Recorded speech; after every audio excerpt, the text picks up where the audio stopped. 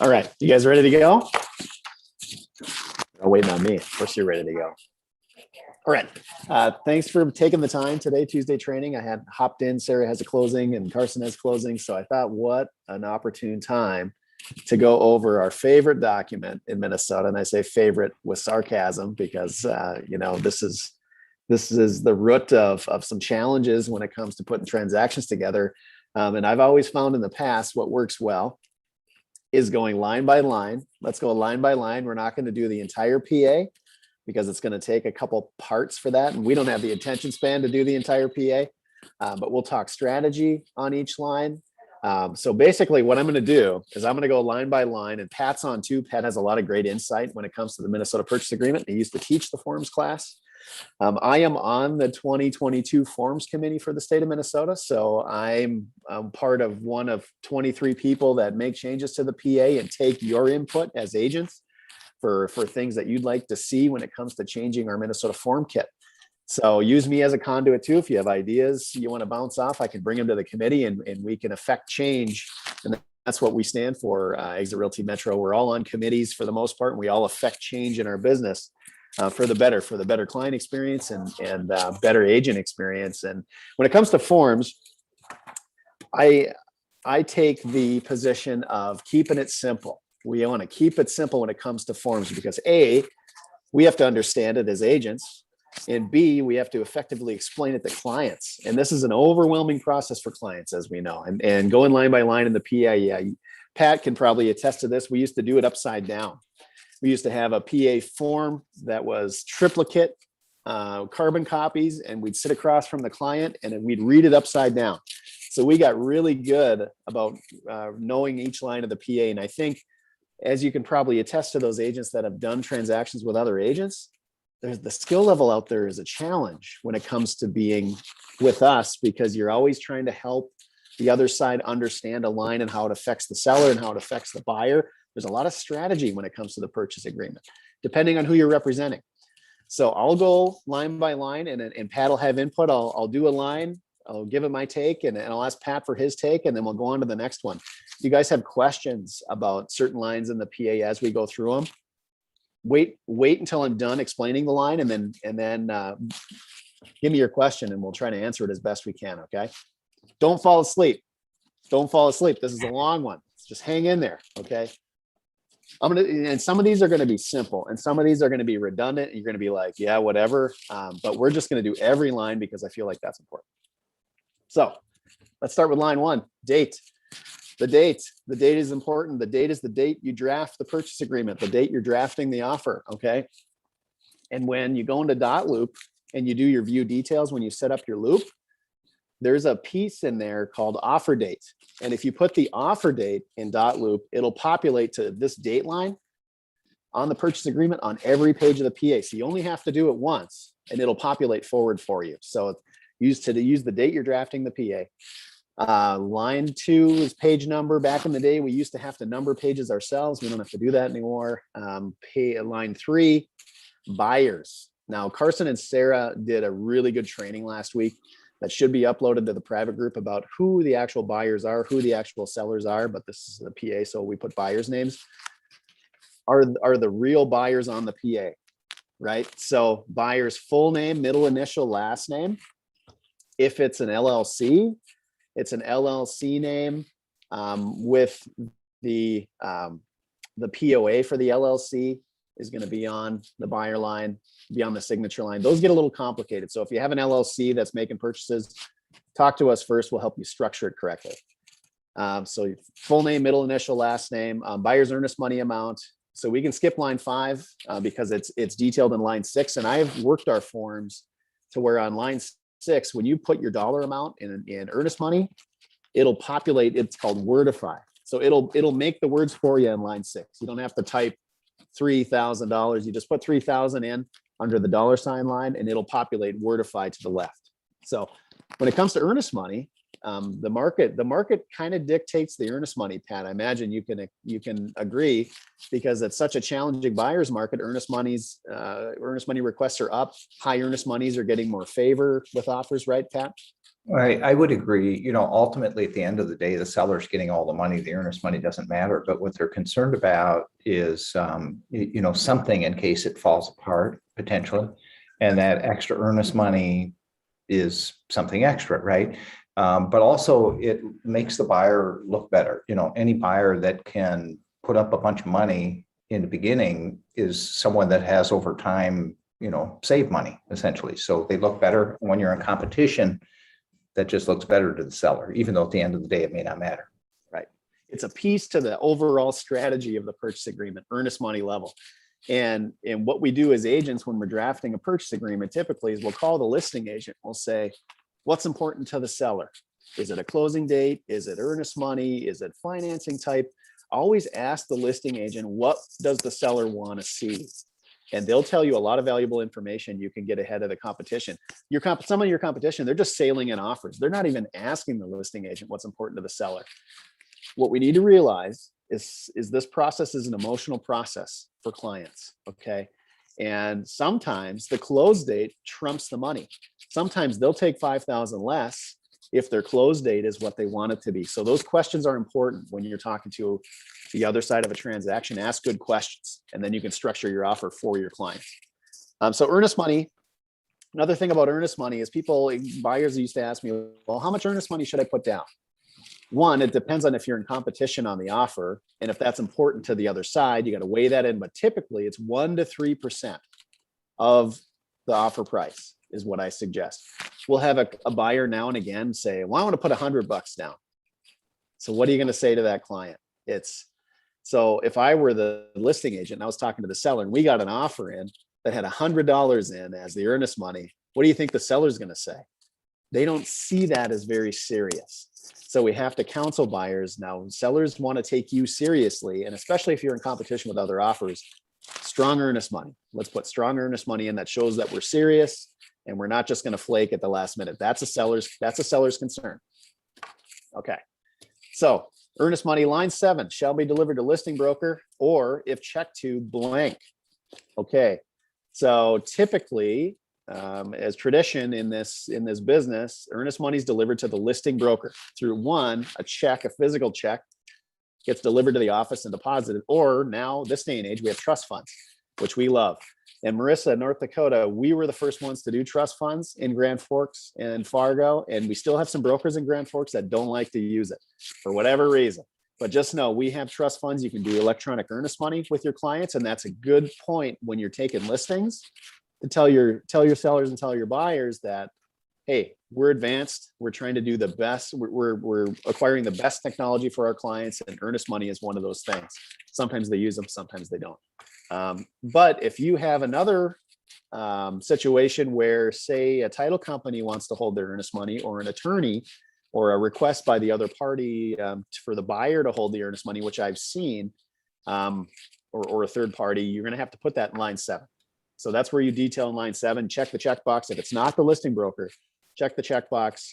And then it's no later than 2 business days after final acceptance date. Remember, final acceptance date, the PA drives all the conditions of the purchase agreement hinge on the final acceptance date. And the final acceptance date, which we'll cover, is when everything is executed and delivered to all parties. That's when the date starts. So remember, final acceptance date isn't when you give it to them, it's when they actually sign it and return it. So, okay. Line 8. I got a question for the group, and it's an open book question. When does the earnest money have to be delivered to the listing broker or the earnest money holder? Anybody? Within 3 business days. What'd you say? Within 3 days of accepting offer. Okay, so actually, when it has to be delivered to the listing broker or the earnest money holder, actually the correct answer is whatever the terms of the purchase agreement says. Now, the purchase agreement on line 7 the standard one that we're looking at right now says no later than 2 business days. So in this case, it would have to be within 2 business days. They would have to deposit it within 3. That's right below on line 9. But actually a buyer and a seller could agree to something different, which might happen sometimes when there's a seller contingency, a short sale situation like that. So the correct answer is whatever the parties agreed to. So this stuff could be changed, but the standard wording says 2 business days. And on Pat's point, what we used to do too, depending on what property we were buying when I represented buyers, is we got in the habit of changing that term to earnest money shall not be delivered until we clear inspection. So we've done that in the past, and that's if both parties agree, anything is legal, guys, right? But that's, we see that occasionally right now. Yep. So 2 business days after final acceptance for delivery, and the seller here and the seller agree the earnest money shall be deposited in the trust account of the earnest money holder, which is specified above, within 3 business days of receipt. So if we get an earnest money check, and we do more earnest money checks in our northern markets, they have to be in the bank in 3 business days of the earnest money or final acceptance date, whichever is later. So when you get those checks, get them in the bank. Like up north, you'll talk to Steve, you'll talk to Mark, get them in the bank, or if you're in Minneapolis, you have a physical check, bring it into Tom, we'll deposit it. But typically trust funds operates within those parameters. So when we get audited, I'm not saying if, I'm saying when, because we've been audited and we have gold stars from both states on how we handle our paperwork, which makes me very happy. They will check if we're putting earnest money in on time. And that is a big fine if we don't. So always keep that in mind when you're chasing earnest money down if you have to. Okay. And then said earnest money, line 11, said earnest money is part of payment for the purchase of the property located at, pretty self-explanatory, right? Line 12, street address. Line 13, city of, county of. Line 14, state of Minnesota, and zip code. Okay, line 14 also has a legal description. Now, I've set up dot loop to where when you set up your view details in the beginning, when you set up your loop, copy the legal out of the tax record into dot loop under legal description, and it'll populate that in every form you create. So you don't have to cut and paste, just do it once and it'll pull forward. Just make sure you have the correct legal description for one, and don't pull it from the MLS. Now in Matrix talks to the tax authority.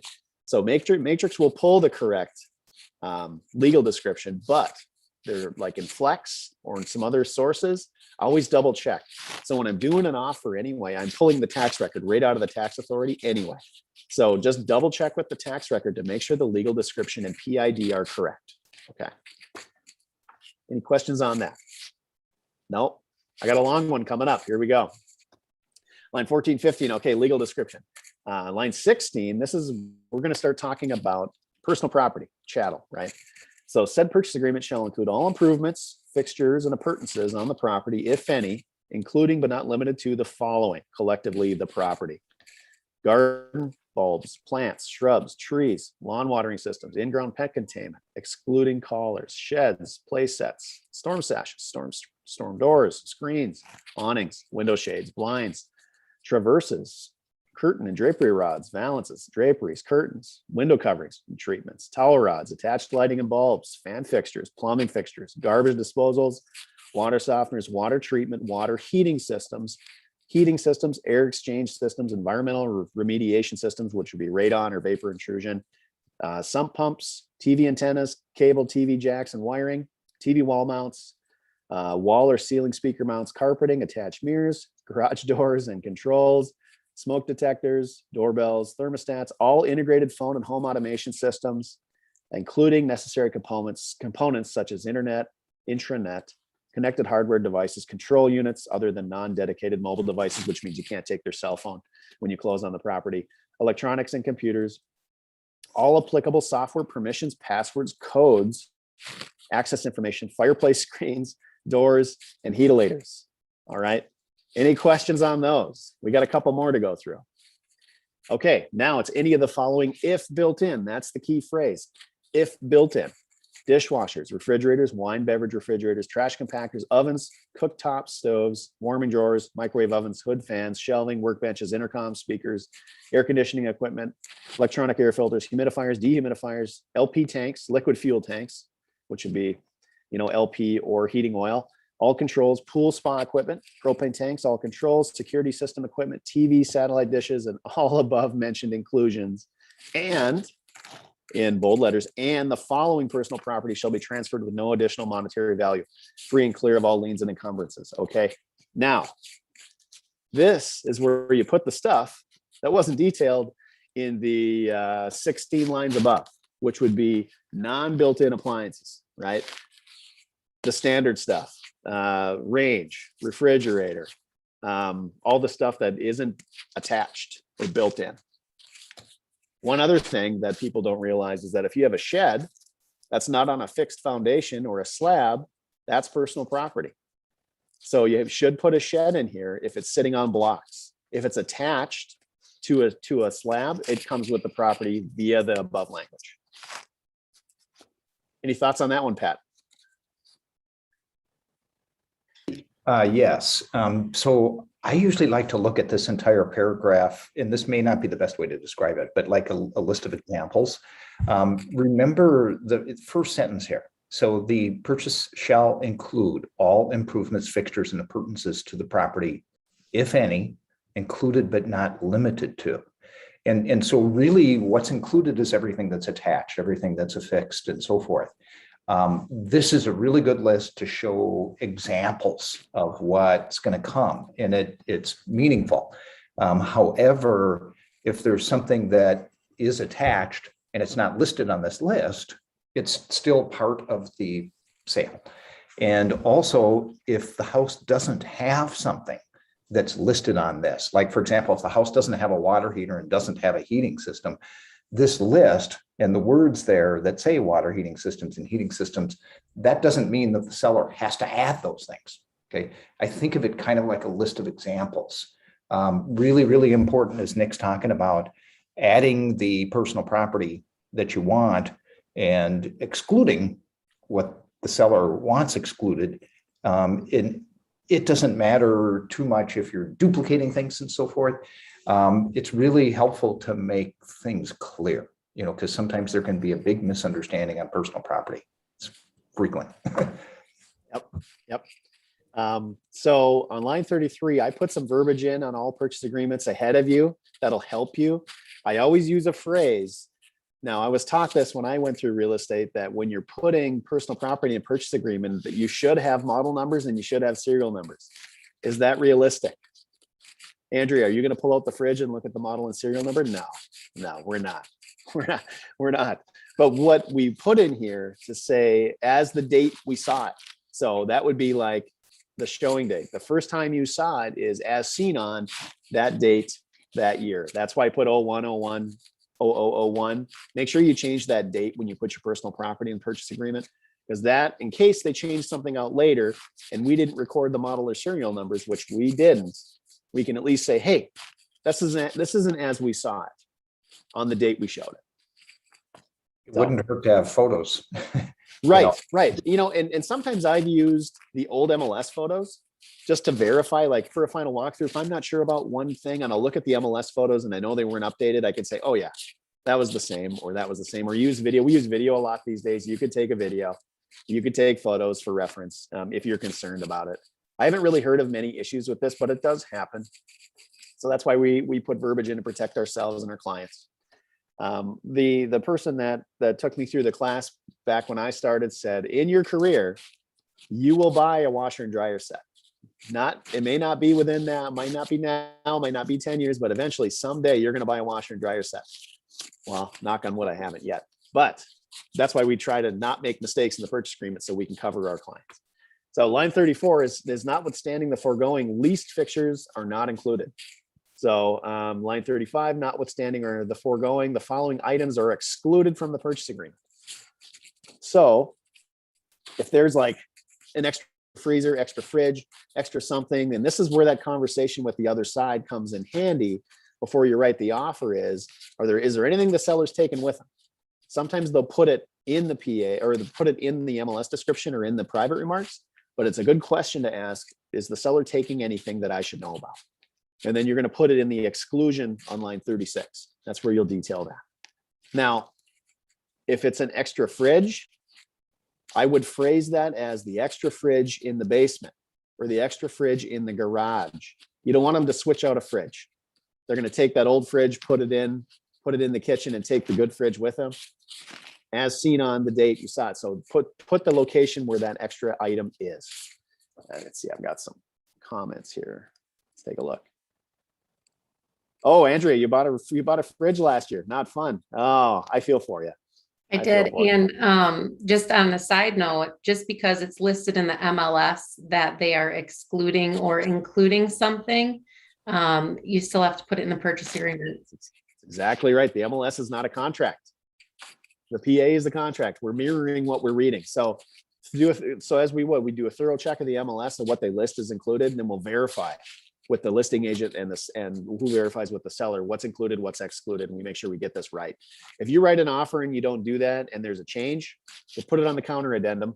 Any change you make later, put it on the counter addendum. Like if you submit an offer and they say, oh, wait a second, we want to take that freezer, put it on the counter addendum. You gotta ask those good questions. So that is a really good point. The entire agreement clause at the end of the purchase agreement basically says the entire agreement between buyer and seller is this purchase agreement. So not what's on the MLS, not what was agreed to verbally. It's this essentially. Yep. Andrea, we call that tuition. We paid some tuition on a deal. So, we learned a lot, we paid some tuition and we move forward, right? Cost of doing business sometimes. So, and we'll never do that again, right? That's how that goes. I've done that before. Okay, purchase price. Line 37, purchase price. Line 38, seller has agreed to sell the buyer the property for the sum of, and this is another two lines I call wordify. If you put the purchase price in the dollar sign, it'll wordify it on line 39 for you. So and I'm not going to talk pricing strategy today. We could do a whole class on pricing strategy. So let's just, whatever the price is, the offer price is going to be, that'll be line 38. It'll wordify line 39. You won't have to touch it. And then line 40, which the buyer agrees to pay in the following manner. Line 41, now percent of the sale price in cash or more in the buyer's sole discretion, including earnest money. Line 42 is percent of the sale price in mortgage financing, and then we'll see the mortgage financing section, and we'll detail what financing it is. Line 3 is percent of sale price in assuming the seller's current mortgage. There's an addendum for that, assumption financing. I can say in my years, I've never used one, but there still must be assumptions out there, Pat, right? Have you heard of that? Well, we used to do it all the time in the 80s and even the early 90s, but it doesn't happen very often now because pretty much only there's not many mortgages that are assumable, and it's rare that people would want to because the interest rates are really low right now. Right. I mean, we could get into some detail on another class where you might want to use them in a very profitable way, but that's another class. Good. All right. Line 45 is percent of sale price by contract for deed. Now there is an addendum for contract for deed if you're doing contract for deed financing somewhere, but like assuming, we see contract for deed more often than assuming, but we don't see it all that often at all. So and usually in a contract for deed situation, what I have seen in my own personal experience is an attorney's writing it. The attorney's usually writing the contract anyway when it comes to contract for deed financing. So those numbers in line 41 through 45 need to equal what? What percentage? You add up 41 through 45, it has to equal a percentage. What percentage should it equal? 100%, right? 100%. So Andrea was going to say that, but I beat her to it. 100%.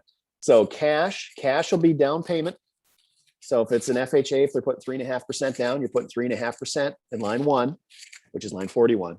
And then mortgage financing, 97 or 96.5, or if it's a 10% down, it's a 90, and then zeros in assuming and zeros in contract for deed. The zeros are important. Don't leave blanks on the PA.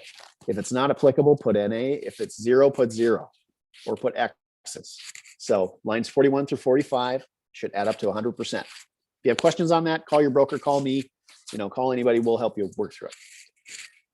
Now, line 47, any questions on financing through 41 through 45? No, pretty straightforward stuff, guys. Okay, you'll do it once, you'll know how to do it going forward.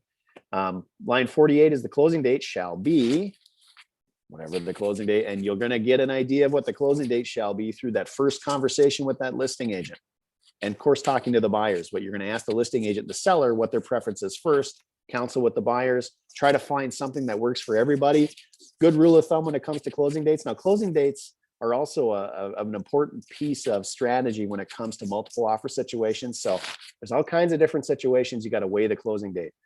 But I've seen offers won because of a favorable closing date, maybe a little less when it comes to sale price, but favorable closing date or a holdback or something.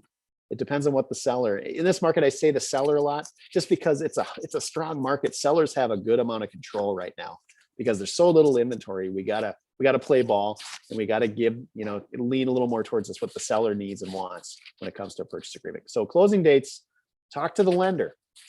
You're gonna ask the listing agent and seller what their preference is. Then you're gonna talk to the lender about financing, and you're gonna say, hey, depending on what program my buyers are using, what should I put for closing date? What are appraisal turn times right now? Sometimes appraisal term times are 2 weeks. Sometimes they're 5 weeks. If you get on a mortgage update on the calendar every other Thursday with Tom Robinson, he talks about appraisal term times with his current underwriting process. Sometimes they're sped up. Sometimes there's a glut of refinances. It all depends. Well, I see Pat's unmuting. Yeah, I would just add that, yes, definitely have that conversation with the listing agent when you're making an offer. Definitely have that conversation even early on with the buyer's lender. Included in this conversation, and Nick will go over this later, is the date that you're going to get the written statement from the lender. Right. So you not only need to meet that closing date, you need to be able to meet that written statement date. Yep, which is essentially a clear to close, Pat, final underwriting, right? And we'll talk about that in a little bit. Yep. So closing dates are a big point of negotiation in the purchase agreement. Ask the other side first, and then try to meet in the middle with the buyer. I would be cautious to put closing dates sooner than 45 days. We have lenders that are closing stuff in a week, 2 weeks. Tom Robinson's closing stuff in 2 weeks. It all depends on the program. It depends on the buyer. It depends on the underwriting process. Some are fast, some are slow. Get a gauge from the lender before you jump in. You always want to, here's a good rule of thumb. When you're doing closing dates, you always want to pull a closing date up, not extend it. Extensions make people crabby, okay? Saying, hey, we can close a week early sometimes is a big benefit for the seller too. So always think long-term. I don't want to extend a contract. I'd rather shorten it up if I can, but that all depends on the parties of the purchase agreement. So something to think about. Okay, closing date. Then we're on page 2. Boy, page 1 only took us 30 minutes, right? Look what you have to look forward to. All right, page 2. Line 49 is that date. Like I said, you put that date in dot loop in the beginning, it'll pull forward. You don't have to do it. Same with the property. The property address populates line 50. That all autofills for you, so you don't have to do it. Line 51, mortgage financing. Now, line 52 is the purchase agreement is or is not subject to mortgage financing provisions below. So does it have financing or not, basically? If is, complete the mortgage financing section below. If not, proceed to the seller contributions to buyer closing costs section. Okay, so if you have financing, continue to line 55. So let's just say we have financing. And I pre-fill some of this stuff because the amount of deals we have with financing, I mean, it's like 99% have financing. Sometimes there's cash or refi buyers out there. So if there's a cash or refi buyer, make sure you change line 52 to is not, if it's a cash sale. Okay, I always fill it just in general to try to help you speed up your process. But if it's a different type of transaction, just change it. Okay. So such mortgage financing shall be line 56, a first mortgage or first mortgage and subordinate financing. Now I'm checking first mortgage. We've seen a lot of first mortgage. Sometimes there's first and seconds. You have to determine what type of financing they're doing. Talk to the lender first so you know how to do this section of the purchase agreement. But first mortgage, and then line 57, which Pat and I spent a lot of time talking about lately, and we'll go into that a little bit, is financing does or does not require approval from a grant, bond program, or other loan assistance program. There's a lot of programs out there, and I don't even claim to be proficient on what kind of loan programs are out there. Pat is very proficient at this because sometimes lenders have their own in-house programs when it comes to grants. And there's a lot of the Minnesota Housing Finance. There's a lot of other entities out there that will help buyers with down payment assistance. Now, and now we have to disclose if that program is being used.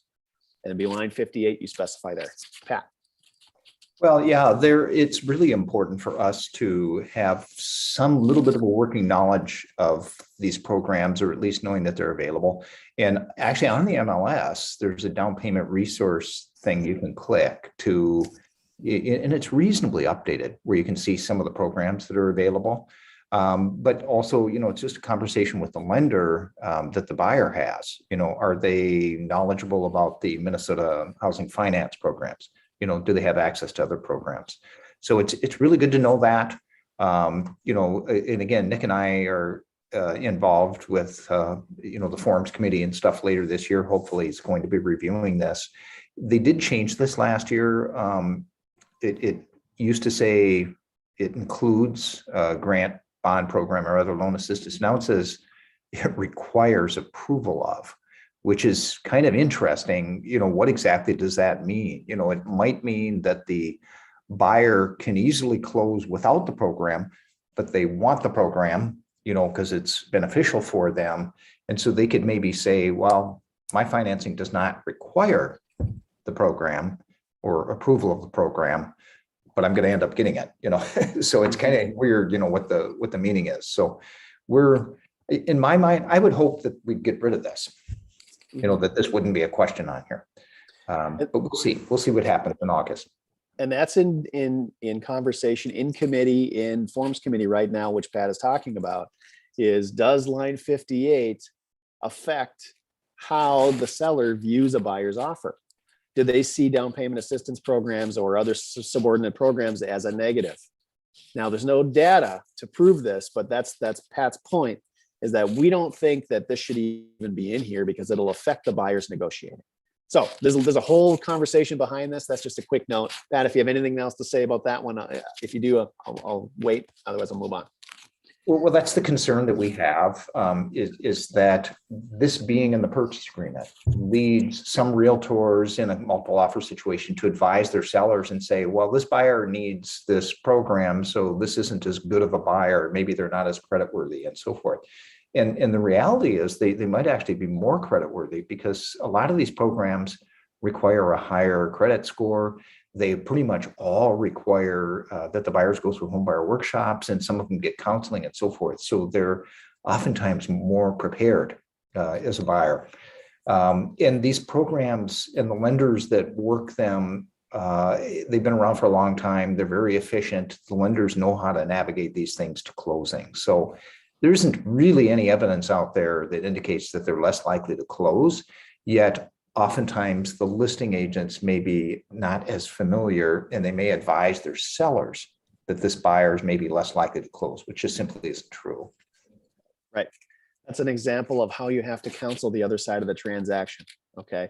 When you get really good at forms and really good with these concepts, you're going to spend a lot of time having conversations with the other side of the deal on how to effectively explain it to their own client. That sounds funny.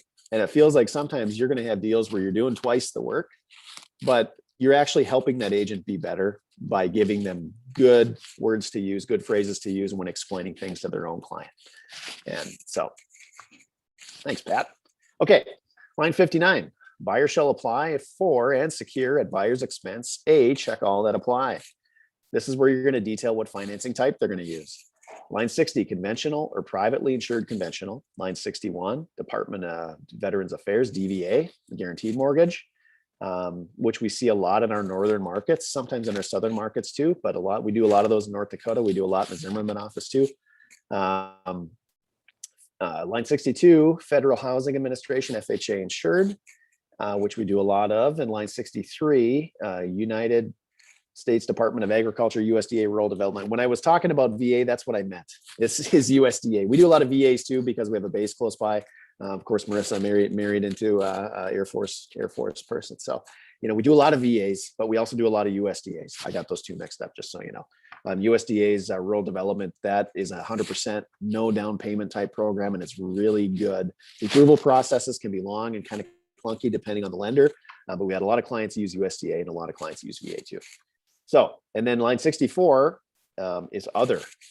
What is it? Is a special type of financing program that's not detailed in line 60 through 63. That's where you use line 64. Okay. Now, any questions on those? Pretty self-explanatory. right? Okay. Line 65, and this is what I sent an email out. I sent an email out about a week ago about these two lines, and I'll talk about that right now. So line 65, mortgage in the amount stated in the purchase agreement amortized over a period of not more than 30 years. If it's a 15, it's a 20, you got to change it. I always put 30 in because 30 is so common. So, you know, and there's some buzz out right now. Are we going to see 40-year mortgages soon? We might. With an initial interest rate of no more than blank %. Now, what we see sometimes as a listing agent when offers come in is we see the word market written in line 66. For a buyer, that's not good because buyers, that'll open a buyer up to a huge rate change, and then they can't get out of the purchase agreement due to a rate change. What I always have a conversation with buyers is if rates went up tomorrow and your payment increased by X amount, when do you feel like you wouldn't want this mortgage anymore? When can you not afford this mortgage anymore? That's the rate you want to put in line 66 for a buyer, okay? You want to find out where their comfort level is and put a cap in there that caps their financing, okay? Now, if you're representing the other side, the list side, you're representing the seller, and you get an offer in that says market %, actually, that's okay as a seller because that leaves the buyer open to any rate change. And for the seller, that's better for them because then it doesn't give the buyer an out. So shame on that other buyer's agent for not putting a rate cap in there. So on the list side, okay, buy side, put a percentage in there. And I know sometimes that percentage is part of the strategy when it comes to multiple offer situations. So you got to talk to your buyer, talk to the lender, talk, you know, and even talk to the other agent. If that's a barrier, you're going to want to find some middle ground in line 66. Okay. Percent per annum. The mortgage application is to be made within 5 business days after final acceptance date. Buyer agrees to use best efforts to secure commitment for such financing and execute all documents required to consummate said financing. Pretty self-explanatory stuff. Now, here comes the contingency for mortgage financing on line 70. Line 70, mortgage financing contingency. This purchase agreement is contingent upon the following and applies to the first mortgage and subordinate financing. Check 1. Now, this is a strategic point in the purchase agreement too, depending on who you're representing.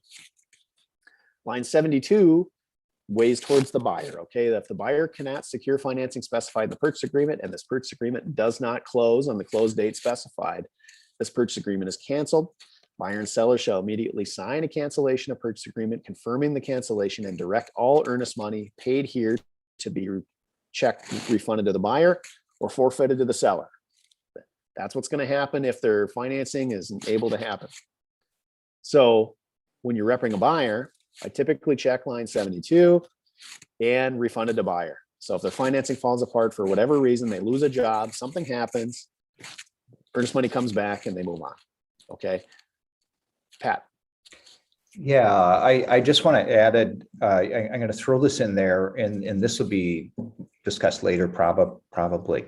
But hopefully you don't encounter this. But if you're going to do a lot of business in your career, at some point in time, you may be involved in a transaction that falls apart, and one of the parties refuses to sign a cancellation agreement, and there needs to be a statutory cancellation. Okay, so hopefully that doesn't happen to you, but sometimes it does.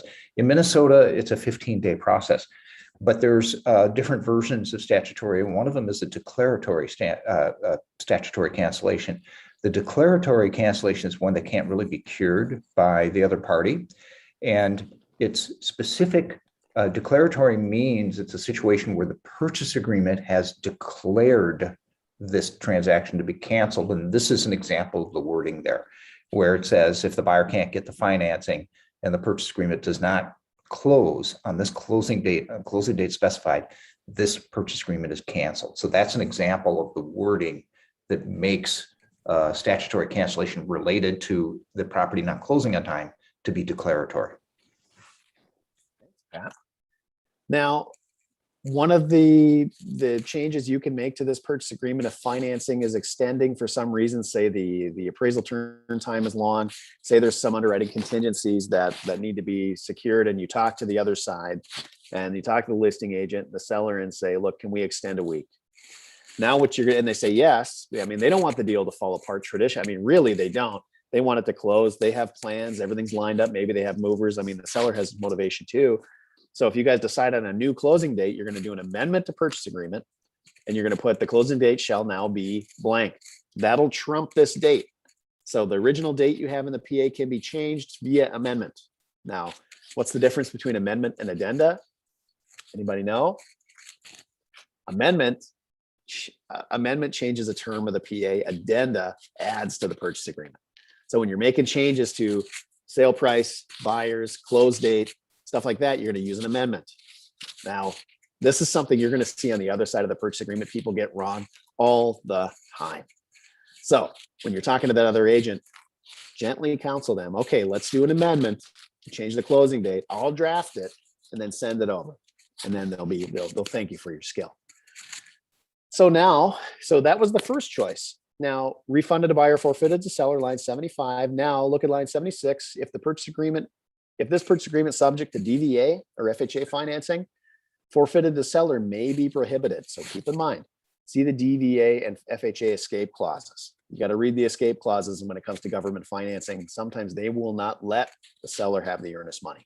So check on that. Okay.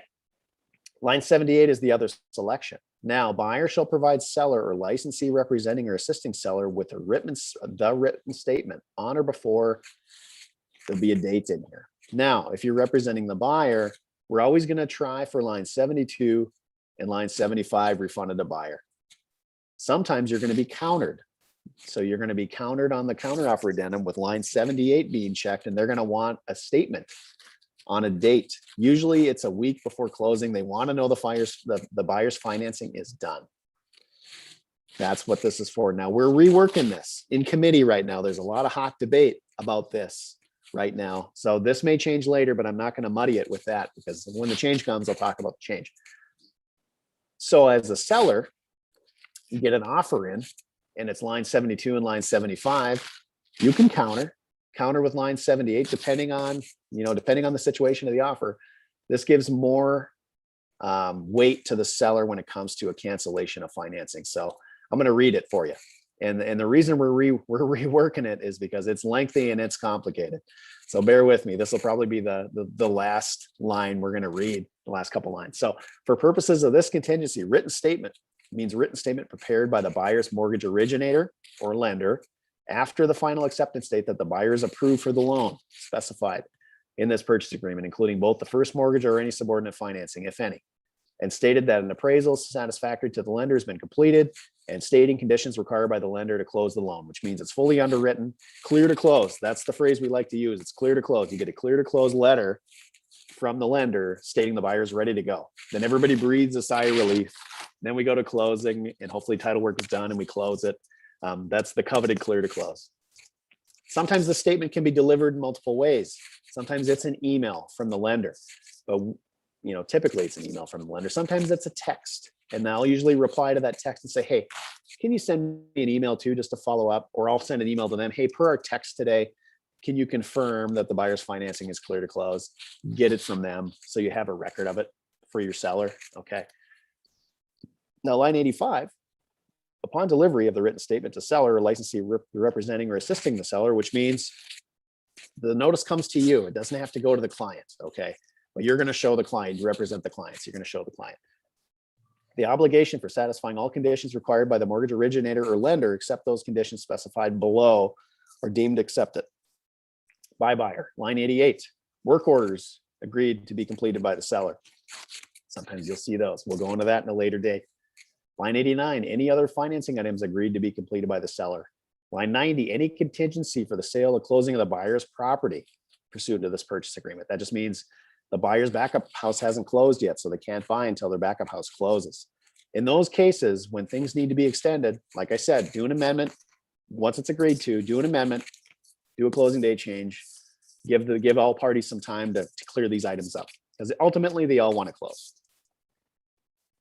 Okay, I tell you what, line 90, I'm going to stop at line 90, and we're going to say that's part one, pages 1 and 2. I'm going to do a part 2 and a part 3 possibly on the purchase agreement, depending on how long we go. I don't want to go past an hour. If you have any questions, let's talk about them now. So if you have questions about the PA in our first 2 pages, let's talk about what you have. Does anybody have anything? No. I've got a question, Nick. Sure. So, okay, line 72 and 75. Yep. So those need to be filled out regardless of line 78 being checked. Is that correct? No, it's an either or. So line 72 or 78. Okay, that's what I Yep. thought. Yep. But okay, Yep. On the buy side, lean to line 72 and 75. On the list side, when you get an offer in, I always counter them on line 78. And I want a date. So I put a date a week before closing. I want to know the buyer's financing's done. We do, Okay. the seller does, we do. So, but that's, like I said, that's up for debate in committee right now because we have some deals that are falling apart just by people not closing, even though the financing is done. There's a lot of funny stuff that we're trying to solve with legal language. So just Gotcha. bear with me. Yeah, bear with me with this one. okay. I just wanted to confirm that. I've been using line 78 a lot and wanted to make sure I wasn't missing something up above. So Are you using it with buyers, Andrea? I am, just to strengthen That's our okay. offer. Yeah, that's a good Yep. strategy. Yeah. Yep. Yeah. If the buyer's I mean, okay I with it. Talk to that's- the lender ahead of time, but Yeah. yeah. That's a good way to do it. You know, when we used to do purchase agreements and the market wasn't as hot as this, we weigh the purchase agreement heavy on the buy side and let the seller negotiate a few little items out to get feathers in their cap and feel good about terms. And then you really ultimately get what you want. So you can weigh purchase agreements however it's strategically advantageous for the client. And Andrea, that's a good point. You can do that. Any other questions? Pat, do you have anything else to add in the first 2 pages you'd like to talk about? I just stepped out and came back, but I caught the last part between you and Andrea, and I agree completely. We're finding in this extreme seller's market that a lot of times, in my case, and offers that I see, we're just using that second option. But of course, we're conversing with the lender in advance to make sure we can do it. Good point. All right. I lost Okay. your screen. Yep, we're done, Pat. Actually, we're going to stop on page 2, being Okay. we're coming up on an hour, and I'll do a part 2 and a part 3 possibly here coming up. Yeah. So we'll just continue on, and this will all be recorded. If you guys want to review this later, it'll be on the YouTube page. I'll send out the YouTube link, so you can go back and review line by line. But just know, and I'll put it in the YouTube, that this is only for the PA version 2021 because they change every August. So. I'll be deleting old videos as we change PAs because terms are always changing, as we know in this Minnesota purchase agreement environment. North Yeah. Dakota PAs, Fargo PAs, they all kind of mirror Minnesota, but we'll go through line by line. They're a simpler form. Minnesota has a longer form version of the purchase agreement just due to, I think, volume and transaction. You know, you do 60,000 transactions a year versus 2,400 in the Grand Forks market, you just encounter more problems, and they try to fix more problems with legal language. So if you're doing Grand Forks purchase agreements or Fargo, call me, call Steve, call Mark, let me know. We'll go through those 2, but just know those are simpler versions, and usually the clauses are stolen from Minnesota. I was on the Grand Forks Forum Committee. I know where the clauses came from because I stole them from the Minnesota forms. So just know. Can we just that topic that I mentioned about cancellations, just a kind of a brief thing on that. So let's say, for example, you got a buyer that doesn't close in time. Let's say it's a cash buyer, right? Okay, so with a cash buyer, you don't have those lending clauses that we just went over. And so the buyer doesn't close in time. Now the seller wants to cancel the deal. The buyer refuses to sign the cancellation, the voluntary cancellation agreement. So now the seller's option is to do a statutory cancellation. In Minnesota, that's a 15-day process. You got to hire an attorney and so forth to initiate that. Now, this is a statutory cancellation, but there's not language that we read in that mortgage financing section that declares the purchase agreement canceled, right? So it's not a declaratory version of a statutory cancellation. What that means then is the buyer can actually cure the problem, okay? So they're in default because they didn't close in time. So in this 15-day time period, the buyer can cure that default condition by closing, right? So they can close.